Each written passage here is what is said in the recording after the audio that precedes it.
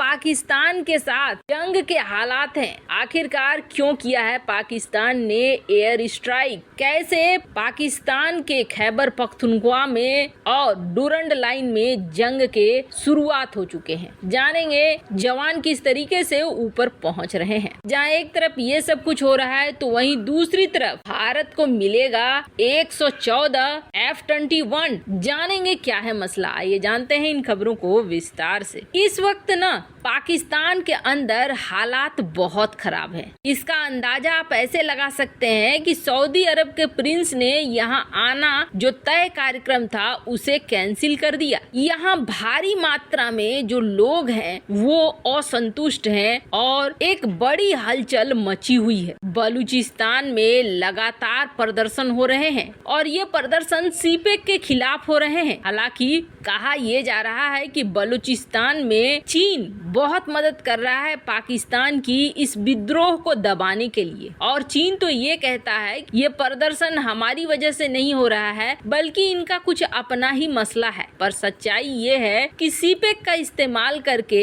चीन और पाकिस्तान तो फिर भी कम, पर चीन अपना माल बना रहा है। और सबसे बड़ी दुखद स्थिति अगर किसी की है तो वो बलूचिस्तान के लोगों की है। ऐसा ही कुछ हाल खैबर पख्तूनख्वा इलाके का है। यहाँ पर तो पश्तून समुदाय एकदम से पाकिस्तान से अलग होने के लिए तैयार खड़ा है। अब जितना भी पाकिस्तानी सेना चाह रही है कि इस मामले को दबाया जा सके, हल किया जा सके, उतना ही ये मामला बढ़ता जा रहा है और इस मामले को हल नहीं कर पा रहा है न तो पाकिस्तान न चीन। चीन ने 9 अरब डॉलर देने की बात तो कह दी, लेकिन इस वक्त चीन भी इस मामले से पीछे हटता हुआ दिखाई दे रहा है। अब हाल में क्या हुआ है, पाकिस्तान का अशांत इलाका है उत्तरी पश्चिमी खैबर पख्तूनख्वा। यहाँ पर आए दिन गोलीबारी होती है। खास तौर पर पाकिस्तानी पुलिस, पाकिस्तानी सेना को निशाना बनाया जाता है। अब यहाँ से एक पुलिस वैन गुजर रही थी। पुलिस वैन में कई सारे पुलिसकर्मी थे। कहा जा रहा है कि सीधे इस पुलिस वैन पर हमला कर दिया गया और हमला करने की वजह से यहाँ पर जो 6 जवान थे वो मारे गए। एक इंस्पेक्टर था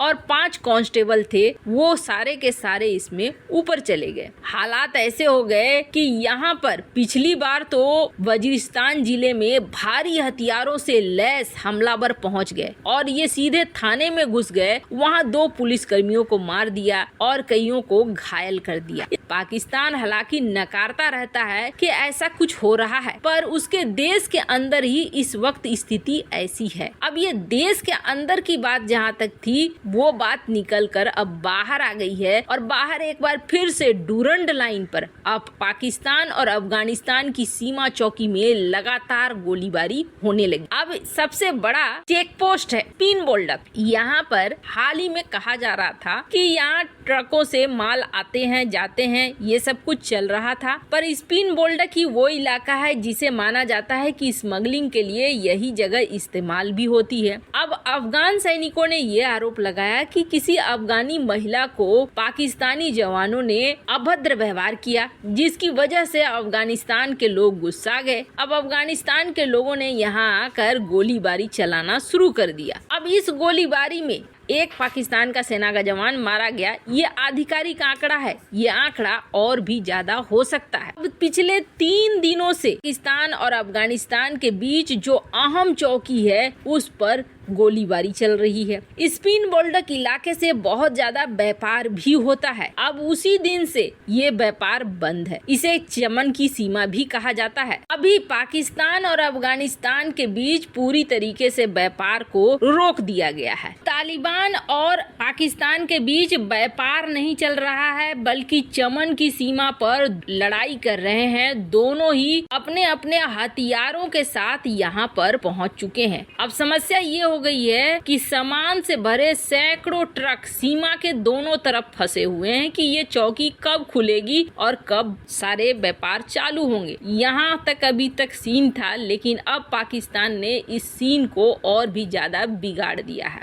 कथित तौर पर अब पाकिस्तान ने सबसे पहले चाइना के डिफेंस सिस्टम यहाँ पर तैनात करने शुरू कर दिए हैं। $46 मिलियन खर्च कर रहा है कि जल्दी से जल्दी सर्विलांस सिस्टम चाइना का खरीदा जा सके ताकि अफगानिस्तान के बॉर्डर पर लगाया जा सके। ये स्थिति बन गई है। इससे आप अंदाजा लगा सकते हैं कि पाकिस्तान क्या चाह रहा था और पाकिस्तान के साथ क्या हो रहा है। पहले तैयारियां वो भारत के लिए करता था, 2 फ्रंट की लड़ाई भारत के साथ लड़ना चाहता था, और अभी समस्या उसके साथ ही हो गई है कि 2 फ्रंट की लड़ाई उसको खुद को झेलनी पड़ रही है। इतना भी काफी नहीं था तो अचानक से पाकिस्तान ने ड्रोन स्ट्राइक करने शुरू कर दिए हैं, और ये ड्रोन स्ट्राइक तुर्की के बने हुए TB2 ड्रोन्स का इस्तेमाल करके किया जा रहा है। ये खैबर पख्तूनख्वा इलाके में ही किया जा रहा है। मतलब यहाँ एक पूरी तरीके से युद्ध की शुरुआत लगभग कर दी है। अब देखना यह है कि किसका पलड़ा भारी पड़ता है। खैर, जहाँ एक तरफ ये सब कुछ हो रहा है ना, तो वहीं दूसरी तरफ अमेरिका के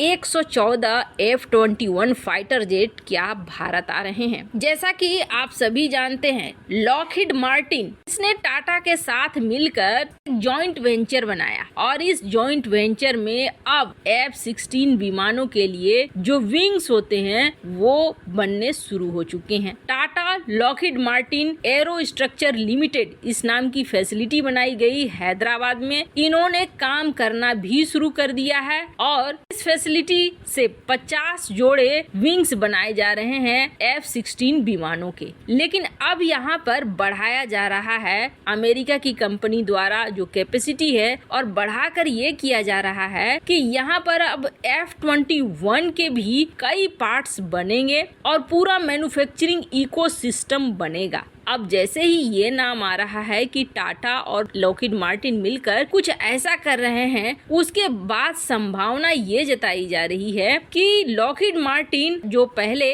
भारत को F-18 विमान देना चाहता था, F-15 विमान देना चाहता था, वो अब F-21 विमान की तरफ आगे बढ़ रहा है। ऐसे F-18 या F-15 को लेकर भारत ने पहले भी साफ किया है कि भारत इस मामले में ज्यादा इंटरेस्टेड नहीं है, क्योंकि ये फीचर्स उसके लिए नहीं है। वैसे आपको बता दें, राफेल ने भी इसमें एंट्री मारी है, टाइफून ने भी मारी है, और रूस के मिग विमानों ने भी इसमें पार्टिसिपेट किया है। पर बहुत ज्यादा चांसेस है कि भारत या तो राफेल का M वर्जन लेगा या फिर अमेरिका का कोई विमान लेगा। अब F-21 की फैसिलिटी यहाँ पर बनाने का मतलब है कि अमेरिका यहाँ बड़ा गेम खेलना चाह रहा है। वैसे F-21 की भी अपनी खूबियां हैं, भारत इसे ले सकता है। वैसे इन सब मामले में आपकी क्या राय है, कमेंट कर जरूर बताएं।